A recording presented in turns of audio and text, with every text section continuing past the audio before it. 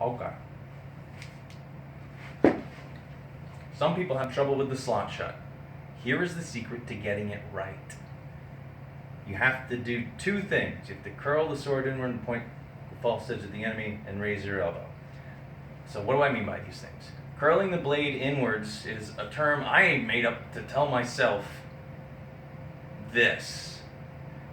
Turning it in towards the center of my body. So you take your fingertips, whichever direction your sword hand curls inward, that's the direction you are going to turn the sword, right? So if you look at the flat, you want that first. In the normal position, you want to turn it towards yourself. This is curling the sword inward. You want to do it all the way until you point the false edge and front edge of the sword. Front edge points towards the bad guys. The false edge points towards you. Point the false edge at the bad guys, like this. So you curl it completely across. Part 2, raise your elbow.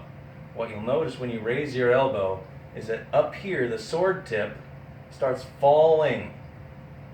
That generates momentum. You go up, the sword goes down. You're rotating all about this axis here. So you see the sword mostly is doing a falling motion. So it's rotating about this position here. You raise your elbow, the sword falls. The sword falls, it gains speed. And you gain a hell of a shot out of here. So you just go all the way through. And I like to turn my body kind of at the torso here. What that does when the sword's over here, it just adds more oomph to it. So I can do it faster and harder. So first, recapping, curling the sword inwards, pointing the flat at the bad guy, and I'm turning my torso with this. So it's big motion. And then you turn away and raise the elbow. Now if you want to go deep, you have to punch harder or further across your body. So not just turning and then trying to go from here.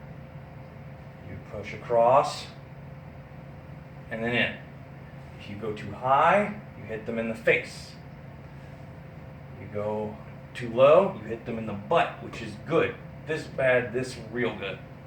That's how you do it.